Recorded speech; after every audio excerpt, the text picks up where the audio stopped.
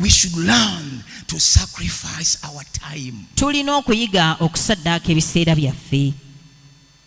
Do you wake up in the middle of the night and you check on your children? Ozukka ekiro n'okebera ku baana bo. If you don't check them, bw'oba tobakebera, mosquitoes are going to bite them. ensiri zigenda baluma, And they shall suffer from fever. balyoke baluma omusujja. And you shall pay a lot of money in the Olyoke hospital. osasule sente nnyingi mu ddwaliro. Because you don't want to sacrifice your sleep Kubanga toyagala kusaddaaka tulooto for the sake of your children. olw'abaana bo. Sacrifice is life. Okusaddaaka bulamu.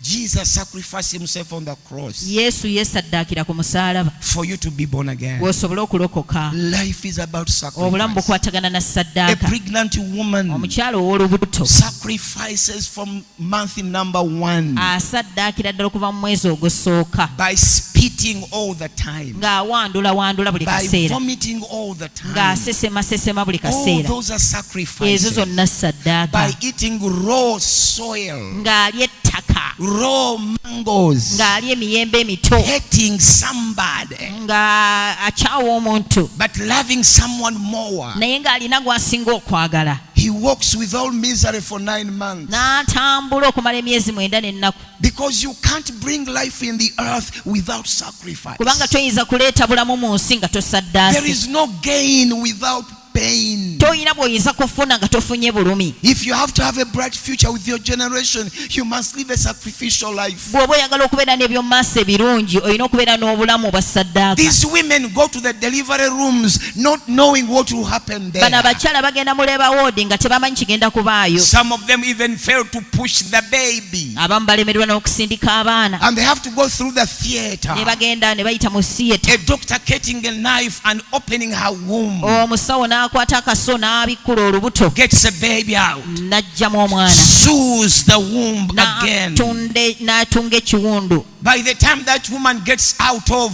the chloroquine, he's already feeling pain. Those are sacrifices you must offer to bring life in the earth. Ezo ze saddaaka z'olina okuwa osobole okuleeta obulamu mu nsi. To bring a living baby. Oh, sometimes they even deliver dead babies. Oluusi bazaala n'abaana abafu But they have gone through that sacrifice. ng'ate ayise mu saddaaka. Life is about sacrifice. Obulamu bukwatagana na saddaaka. Come on, just get the money and buy this book. Funa ssente ogule akatabo kano. It is not in the bookshop. Tekali mu bookshop, It is found only in my office. okasanga mu ofiisi yange mwokka. And I'm not in a hurry Ate siri mu kupapa, because I'm the only one having it. kubanga nze nzekka akalina. Who took my money? Ani yatwala ssente zange?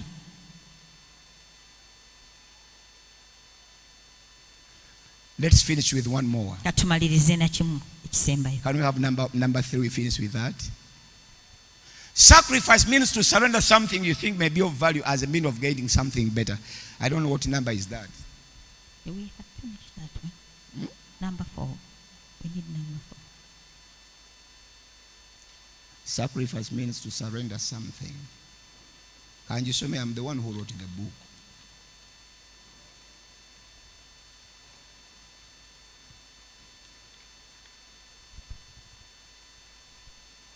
What are the kochicham? Yeah, it is here.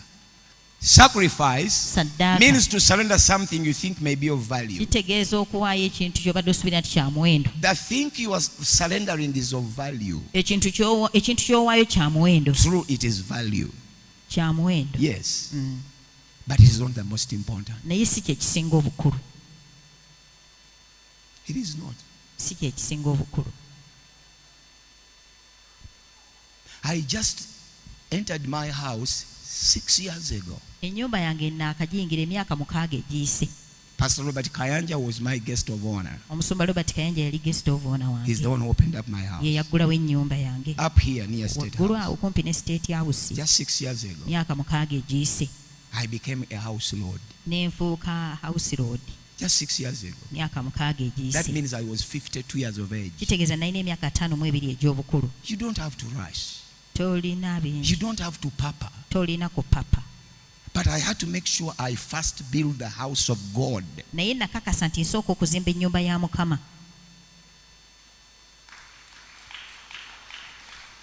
The president came in 2014 Omukulembeze w'eggwanga yajja mu 2014 and dedicated this church. na dedicating kyaki I entered my house in 2017. ennyumba yange nenjingira mu 2017 I had to make sure the church has enough land all the way. nakakasa nti ekyaki efuna ettaka erimala To me, gyendi building my house okuzimba ennyumba yange was of value, kyali kya but it muwendo was not the most naye nga si important. kyekyali kisinga obukulu The most important was the house of ekyali God. kisinga obukulu yali ennyumba ya katonda That's what we call sacrifice. ekyo kye tuyita saddaaka Something is of value, ekintu kiba kya muwendo but it is not the most naye important. nga te si kye kisinga obukulu In my book, I say, mu katabo kange nagamba for example, ekyokulabirako endongo. Endongo is not of value according to me, endongo si ya muwendo gyendi yet it takes a lot of people's money every weekend. ate nga etwala sente z'abantu nyingi buli That's wiikendi why Chameleon is driving a 400 million car. ensonga lwaki kamiliyoni avuga emmotoka eya miliyoni 4 That's why Bebe Cool is driving a Lamborghini of 350 million. ensonga lwaki bebekulu avuga eya miliyoni 305 Because of endongo. olw'endongo The money you take there, you think it is small, mweze mutwalayo mulabanga entono but it's making somebody to drive a 300 naye million. zireetera omuntu okuvuga emmotoka ya miliyoni 305 Endongo. okuba endongo At Lido Beach, wali ku lido at Spina Beach, wali ku spina at Angelita Beach. kwanje degita Yes, is of value, kale kya muwendo but it is not the most important to me. naye si kye kisinga obukulu gyendi I sacrifice it. ekyo nyenkisaddaaka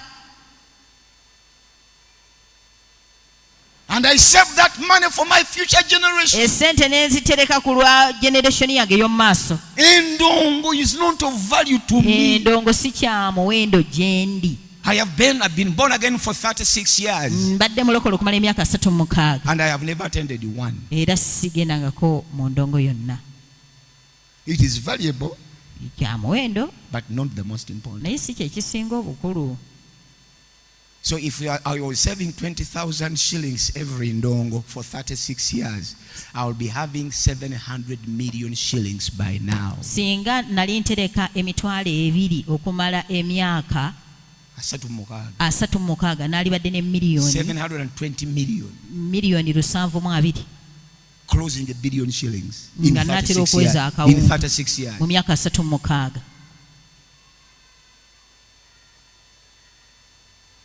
But it takes a lot of people's money. naye endongo etwala sente z'abantu bangi Some shows, like the shows of Juliana Kanyomozi, shwezo ezimu nga za juliana kanyomozi a table is 1 million. emmeeza yakakadde kalamba And people pay. abantu munange ne bazisasula It is of value, kya muwendo but not the most important. naye si ekisinga The obukulu most important is my future generation of my children. ekisinga obukulu byebyomu maaso by'obulamu bw'abaana So bange sacrifice kati means saddaaka to kitegeeza surrender something you think may be of value. okuwaayo ekintu ky'obadde olowooza nti kya muwendo Mulina ebintu bingi nnyo bye mulowooza nti bya you have a lot muwendo, of things you think they are of value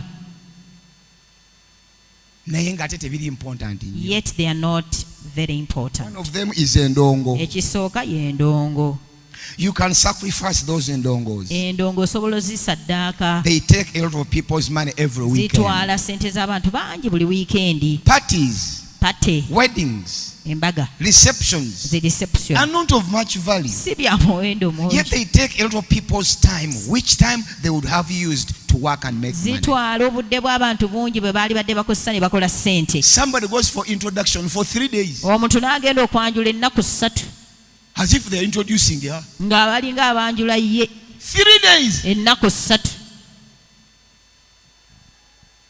Somebody loses a person and spends on the grave 4 days, omuntu n'afiirwa omuntu n'asulayo okumala ennaku 4 as if he's praying for the resurrection of the dead. ng'alinga asabira okuzuukira 4 kw'omulambo days. ennaku 4 The Americans say abamerika bagamba time is money. nti ebiseera ziba ssente And for them, when you are working in the USA, they pay you according to the time you have era worked. bw'oba okola mu bumerika bakusasula okusinza ku ssaawa z'okoze Time is money.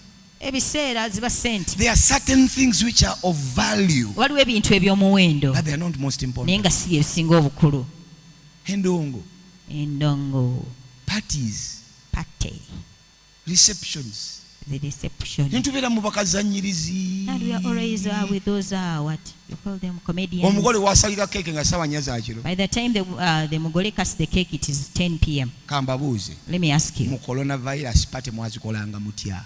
how did you do those parties during coronavirus?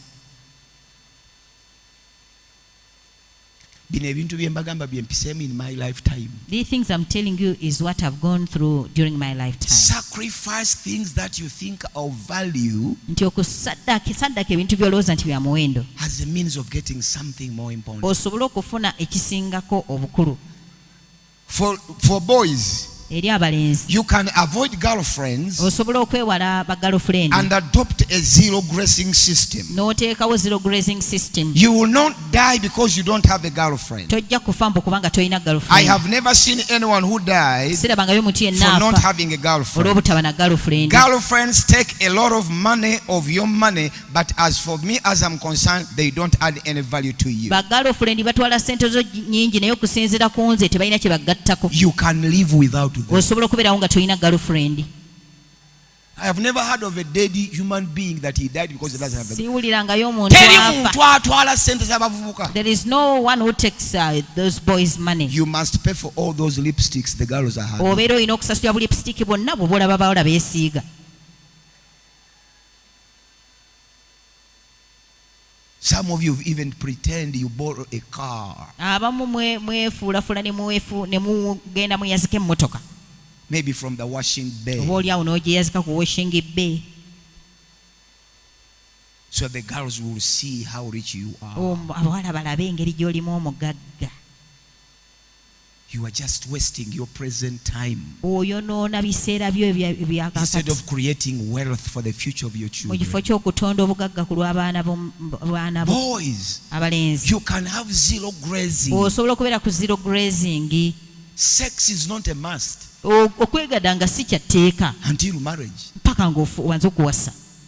Why should I allow these girls to eat your money for 10, 15 years? Lwaki oganya bawala bano okulya ssente z'emyaka 15? The money would have saved to prepare for your future. Essente ze waalitegese nga weetegekera eby'omu maaso bye. A plate of chips and chicken in Entebbe is 20,000 shillings. Essowaani ya chips ne chicken mu ntebe ya mitwalo 2. And you have to buy 2 plates. Ate olina okugula essowaani 2. That is 40,000. Egyo mitwalo 4. Times 15 years. Emirundi Oba 15. mmwe mulaba kyendaba. Do you really see what I see? I don't know. Simmanyi. Nse ebintu mbiraba ngeri Me, I ndala. see things in a different way.